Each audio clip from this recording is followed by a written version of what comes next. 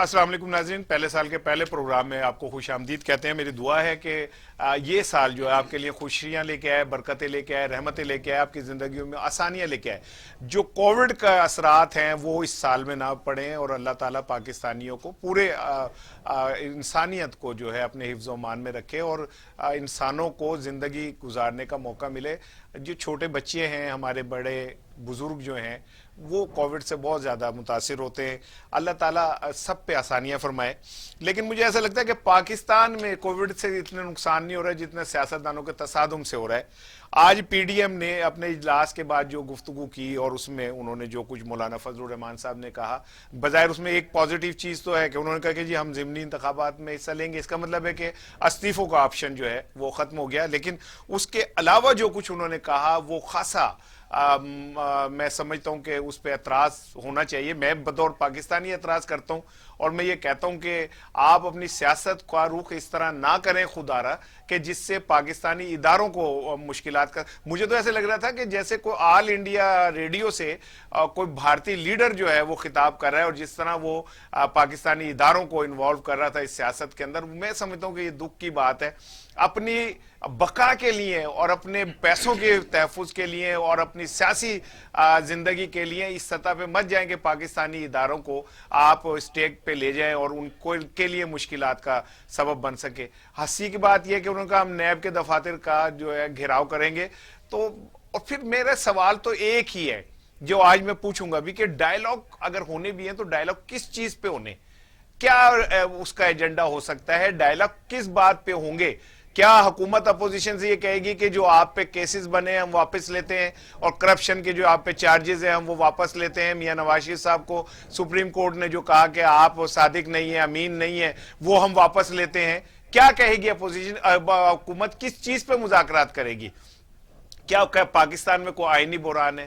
کیا پاکستان کے اندر election rigging کے حوالے سے اپوزیشن اور حکومت کے درمیان کوئی مسئلہ چل رہا ہے؟ یہ سارا مسئلہ تو چل ہی صرف اس بات پہ رہا ہے کہ ایک طرف وہ لوگ ہیں جن کے اوپر کیسز بنے ہوئے، اور یہ کیسز اس حکومت نے نہیں بنائے، یہ ایک دوسرے کے اوپر خود بنائے ہوئے۔ آصف زرداری جن کیسز کو بھگت رہے ہیں وہ نواز شریف کے بنائے ہوئے، نواز شریف پہ جو کچھ کیسز کو نکال کے جو ہے وہ آصف زرداری کے دور میں بنے ہوئے۔ اس کے باوجود آج وہ لوگ کٹھے ہیں اور وہ نیب کے گھیراؤ کا اعلان کر رہے ہیں۔ تو سوال یہ پیدا ہوتا ہے کہ عمران خان کا پھر یہ کہا تو ٹھیک ہو گیا کہ اس نے کہا تھا کہ ایک وقت آئے گا کہ یہ سارے ایک پلیٹ فارم پہ ہوں گے، دوسری جانب وہ یہ کہتے ہیں ہم مذاکرات نہیں کریں گے، ہم کسی حال میں مذاکرات نہیں کریں گے۔ اور بھائی اگر آپ کسی حال میں مذاکرات نہیں کریں گے تو یہ جو ٹریک ٹو پالیسی چل رہی ہے، لندن کے اندر خفیہ مذاکرات جاری ہیں، اور جہاں آپ کے خود اپنے لیڈر جو ہیں، آپ کے ترجمان جو ہیں، زبیر صاحب اعتراف کر چکے ہیں کہ میں 2 دفعہ گیا ہوں اور میں نے جا کے بات کی ہے مقدمات کے اوپر۔ شہباز شریف صاحب کا پتہ چلا کہ وہ نیب کی کسٹڈی میں جا کے ملاقاتیں کرتے رہے اسٹیبلشمنٹ سے۔ تو وہ کس چیز کی ملاقاتیں تھیں؟ آپ کہتے ہیں کہ ہم استعفے میرے پاس سارے موجود ہیں، اور مریم صاحبہ جلسے میں کہتی ہیں کہ یہ جو 2 لوگ ہیں ان کے استعفے اسپیکر کے پاس پہنچ گئے، اور اب آپ ان کے استعفوں کو ان کے منہ پہ مار دیں، اور وہ جا کے کہتے ہیں ہم تو نہیں منہ پہ مارتے۔ تو کیا آپ آہستہ آہستہ اپنے ارکان اسمبلی کے اوپر بھی گرپ ختم کرتے جا رہے ہیں؟ اور یہ فرسٹریشن کا مطلب یہ تو نہیں کہ کہیں آپ پاکستانی اداروں کو ایسے کٹیرے میں لے آئیں جہاں پہ لا کے نقصان ہو سکے؟ میرے ساتھ حامد المشرقی صاحب موجود ہیں، بہت زبردست قسم کا اینالسٹ ہے، میرا تو چھوٹے بھائیوں کی طرح۔ لیکن میں آغاز کروں گا اس وقت ایک ایسی شخصیت سے جن کو یہ کہا جائے کہ گیم اس ٹائم ان کے ہاتھ میں ہے، گو وہ بہت ساری باتیں نہیں بتاتے، لیکن اس کے باوجود بھی میں چاہتا ہوں کہ ان سے ضرور بات کی جائے۔ میرے ساتھ موجود ہیں جناب محمد علی دورانی صاحب۔ سر السلام علیکم۔ وعلیکم السلام۔ سر فضل الرحمان صاحب نے کہا کہ میں نے تو دورانی صاحب کو کہا کہ جناب آپ کا جو یہ ساری تجاویز ہیں یہ قابل قبول نہیں ہے، لیکن میری اطلاعات یہ ہیں کہ کہیں نہ کہیں مذاکرات تو چل رہے ہیں کسی طرح کے۔ بسم اللہ الرحمن الرحیم۔ دیکھیں جناب، مولانا نے جو بھی کچھ کہا، میں تو اصل میں چونکہ ایک ڈائیلاگ کے سین میں ہوں تو میں کسی کی بات کو بھی چیلنج نہیں کر سکتا، لیکن میں یہ سمجھتا ہوں کہ مولانا نے جو بھی کچھ کہا، لیکن سب سے امپورٹنٹ چیز جو اس وقت دیکھنے والی ہے وہ یہ ہے کہ کیا ہوا۔ ٹھیک ہے نا. تو ہم نے یہی کہا تھا کہ اس وقت استعفوں کے نتیجے میں جو ایک ہیٹ جنریٹ ہوگی اس کو کاؤنٹر کرنے کا ضرورت ہے، اور ابھی استعفوں سے پہلے ڈائلاگ کو کرنے کی ضرورت ہے. تو اسی طرح سے استعفوں کا عمل جو ہے پوری اپوزیشن نے اپنا وزڈم یوز کر کے اس کو آگے کی طرف بڑھا دیا ہے. ٹھیک ہو گیا جی. جی اسی طرح سے جو دیگر ٹکراؤ کے پروگرامز تھے وہ بھی فی الحال آگے کی طرف ہو گئے ہیں. تو اس کا مطلب یہ ہے کہ جو ہیٹ تھی وہ کم ہوئی ہے، اور جو ڈائلاگ کی ایک سنسیئر ایفرٹ تھی وہ یقینی طور پر اس نے اپنا رنگ دکھایا ہے. اب جہاں تک کسی قسم کے ڈائلاگ سے انکار کا کہنا ہے، وہ بھی تو ڈائلاگ کا آغاز ہے نا. دیکھیں نا، مطلب یہ ہے کہ میں کل گیا مولانا کے پاس، تو ان سے میرا مطلب ایک طے تھا کہ ہم ملیں گے. ہم ملے، اور اس کے بعد پھر یہ ہوا کہ اکٹھے میڈیا سے بھی بات ہوئی، جس میں کہ جن ساری کوششوں کے نتیجے میں آج جو آؤٹ کم آیا ہے اپوزیشن کے اجلاس کا، میں سمجھتا ہوں کہ اس سے ملک میں ایک تھوڑا سا جو ہے نا نرمی پیدا ہو گئی ہے، تھوڑا سا ٹکراؤ کم ہو رہا ہے.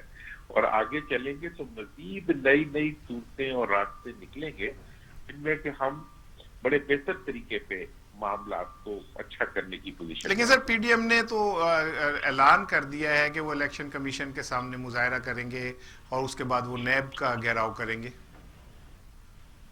تو اب یہ تو دیکھیں، اب کچھ تو کرنا ہوتا ہے نا اپوزیشن میں بھی. دیکھیں جی، اب اس سے تو دیکھیں یہ مظاہرہ کرنا جو ہے یہ کسی بھی مطلب کسی بھی سیاسی مطلب گروہ کا ایک آئینی حق ہے، اور اس کو وہ استعمال کر رہے ہیں، وہ اپنے جذبات کا اظہار کر رہے ہیں، اس کا احترام ہونا چاہیے. اور اگر ان کے کوئی گریوینسز ہیں تو وہ ایڈریس ہونے چاہیے، اس میں تو کوئی وہ برائی بات نہیں ہے. لیکن یہ ہے کہ بہرحال ان کی ایک رائے ہے، ہم اس کا احترام کرتے ہیں، اور اختلاف ہے اس کا بھی ہم احترام کرتے ہیں. لیکن ہم اس چیز پہ اصرار کرتے ہیں کہ ایک ڈائلاگ کے لیے راستہ بنانا چاہیے. بالکل ٹھیک ہے. دوران صاحب مجھے ایک بات بتائیے گا کہ آج جو پی ڈی ایم کے اجلاس کے حوالے سے مولانا فضل الرحمان صاحب بریفنگ دے رہے تھے، تو اس میں کچھ چیزیں ایسی ہیں جس میں جیسے انہوں نے براہ راست فوج کے لیے کہا، اور پھر انہوں نے کہا کہ ہو سکتا ہے کہ ہم اسلام آباد کے بجائے پنڈی کی طرف لانگ مارچ کریں. تو سر میں سمجھتا ہوں آپ کی پوزیشن بہت حساس اور نازک ہے اس وقت. آپ کوئی ایسی کنٹروورشل بات نہیں کہنا چاہتے جس سے آپ کا جو عمل ہے وہ رک جائے، لیکن اس کے باوجود سر اتنی ہارڈ لائن جو لے رہے ہیں اور فوج کے حوالے سے براہ راست اسٹیبلشمنٹ کے حوالے سے جو باتیں ہو رہی ہیں، تو سر یہ کسی طرح مطلب پاکستان کے اداروں کو اس طرح خراب کرنا کوئی اچھی تو چیز نہیں لگتی میرا خیال ہے، یا یہ فرسٹریشن ہے. اس میں بھی ایک بہتری کا ماحول تو ہے نا. دیکھیں نا جی، پہلے اب شخصیات کا نام لیا جاتا تھا، اب معاملہ شہروں کے نام تک آ گیا. گڈ. ٹھیک ہے نا جی. تو نرمی پیدا ہو رہی ہے نا.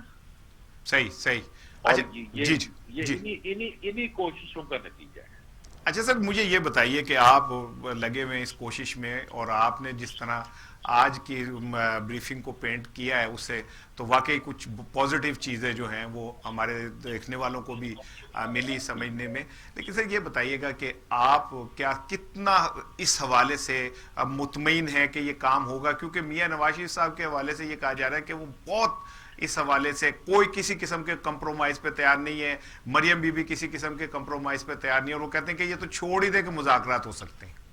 دیکھیں جی، مجھے یقین ہے کہ انشاءاللہ ہوں گے اور راستے بھی نکلیں گے.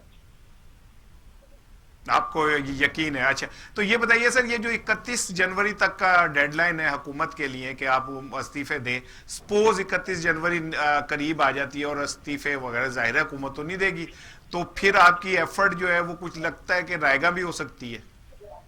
دیکھیں جی، رائے گاہ تو ہوتی نہیں نا یہ ایفرٹ. یہ تو اب دیکھیں جی اس وقت جو ہے اس کا محمد درانی صاحب سے رابطہ ختم ہو گیا. اچھی بات ہے، اب ہم حامد صاحب سے بات کرتے ہیں، کیونکہ حامد صاحب آپ نے سارے سین سن لیا، ساری چیزوں پہ گفتگو آپ نے سن لی کہ اتنی سخت لائن لینے کی کیا ضرورت ہے. آپ کیوں براہ راست پاکستان کے جو ادارے ہیں اور سینسٹیو ادارے ہیں ان کو آپ جان کے ان کی طرف ٹارگٹ کرتے ہیں. یہ تو وہی بیانیہ ہے جو غیر بھارت استعمال کر رہا ہے اور انٹرنیشنل اسٹیبلشمنٹ استعمال کرتی ہے. بالکل, بہت شکریہ اشار رانا صاحب. دیکھیے بات یہ ہے کہ میں تو یہ سمجھنے سے قاصر ہوں کہ یہ اس طرح کے بیانات جو ہیں وہ کون دے رہا ہے, کس کی طرف سے آ رہے ہیں. وہ کوئی پاکستان کی پولیٹیکل پارٹی ہے, کوئی پاکستان کی اپوزیشن ہے, یا ہمسایہ ملک کی اپوزیشن ہے. بدقسمتی کی بات یہ ہے کہ ہمارے ہاں فوج کی طرف سے جو خاموشی ہے, یا فوج کا جو کردار پچھلے سالوں سے آ رہا ہے کہ وہ جمہوریت کو چلنے دینا چاہتی ہے, آپ نے اسی کو مشکل بنا دیا ہے. آپ فوج کی جو خاموشی ہے یا اداروں کی جو خاموشی ہے, آپ اس کا ناجائز فائدہ اٹھا رہے ہیں. پوری دنیا میں اداروں کے حوالے سے ایک ریڈ لائن ہوتی ہے, اور اس ریڈ لائن کو کوئی کراس نہیں کرتا, کسی صورت کراس نہیں کیا جاتا. امریکہ کی مثال لے لیں, وہاں کوئی پینٹاگون کے خلاف بات کر سکتا ہے, سی آئی اے ایف بی آئی کے خلاف بات کر سکتا ہے. ابھی دیکھیں نا ٹرمپ نے کچھ دنوں پہلے کچھ تھوڑا سا اسٹانس لیا, لیکن اسے واپس لینا اور پڑ آپ گیا. دیکھیے بالکل ایسے ہی ہے. اور اسی طرح آپ دیکھ لیں انگلینڈ کے اندر بورس جانسن ہے, ایک جس طرح مرضی کے حکمران ہے, لیکن نہ اپوزیشن نہ گورنمنٹ کسی بھی حالت میں فوج یا MI6 یا کسی ادارے کے خلاف بات نہیں کرتے.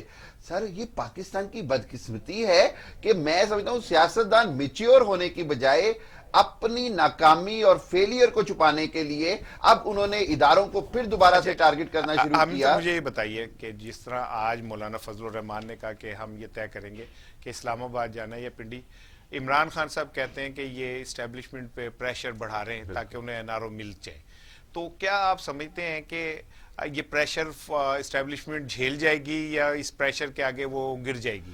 میرا آپ کو بتاؤں یہ رانا صاحب, میرا خیال یہ ہے کہ اسٹیبلشمنٹ کسی صورت پریشر نہیں لے گی.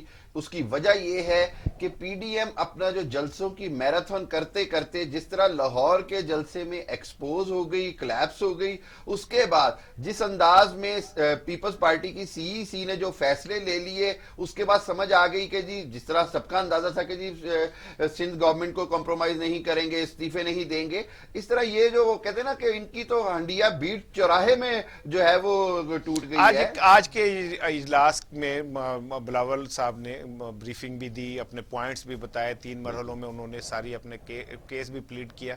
لیکن کیا آپ سمجھتے کہ گونگلوں تو مٹی چڑھانا لی گال لے گی ہے اور پیپلز پارٹی اپنی لائن لے چکی ہے؟ پیپلز پارٹی ڈیسائیسو ہے. دیکھیے سر, اس سارے پی ڈی ایم کے اندر سب سے زیادہ اہمیت کی حامل اقتدار کے حوالے سے پیپلز پارٹی ہے, جس کا سندھ میں شیئر ہے. کراچی کے بلدیاتی جو ہے وہ ادارے ختم ہو چکے, سو کراچی پہ بھی پورا ہولڈ ہے ان کا. اور اس کے حوالے سے دیکھا جائے تو جبکہ مریم بی بی ہوں یا فضل الرحمان ہو, ان کی ساری قیادت تو اسمبلیوں سے, پارلیمنٹ سے باہر ہے.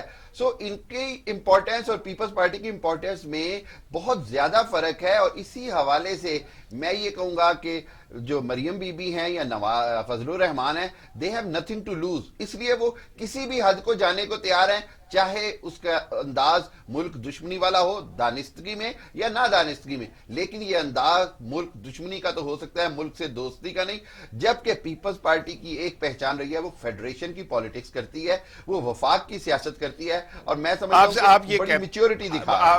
کیا آپ سمجھتے ہیں کہ ان تمام کرائسس میں بلاول بھٹو زرداری نے خود کو ایک میچور سیاستدان ثابت کیا, اور وہ اپنی لائن آہستہ آہستہ الگ کرتے جا رہے ہیں؟ اور میرا خیال ہے کافی دنوں سے زرداری صاحب کو بھی نیب ویب میں طلب نہیں کیا جا رہا. صاحب آپ دیکھیے سر, دیکھیے زرداری کی بلاول اور زرداری کی میچورٹی دیکھیں کہ انہوں نے ملتان کے جلسے میں آصفہ بھٹو کو بھی انٹروڈیوس کروا دیا بہت خوبصورتی کے ساتھ. لاہور کے جلسے میں مریم بی بی کے تحفظات تھے, وہاں نہیں لائے, آصفہ بھٹو کی فیس سیونگ بھی ہو گئی. اور دوسرے اینڈ پہ دیکھیں تو بلاول نے مریم نواز سے پیپلز پارٹی زندہ باد کے نعرے بھی لگوا دیے, اور اس میں جو بی بی کے مزار کے اوپر پھول کی جناب وہ پتیاں بھی نچھاور کرا دی. یعنی کہ مسلم لیگ نون کو کمپرومائز کہہ لیں یا ان کا جو بھی آپ نام دے دیں, اس کے اندر پورا ایکسپوز کر دیا. اور اس نے بلاول کی نہ صرف میچورٹی ثابت ہوتی ہے, بلکہ یہ ثابت ہوتا ہے کہ آئندہ آنے والے دنوں میں پیپلز پارٹی جو ہے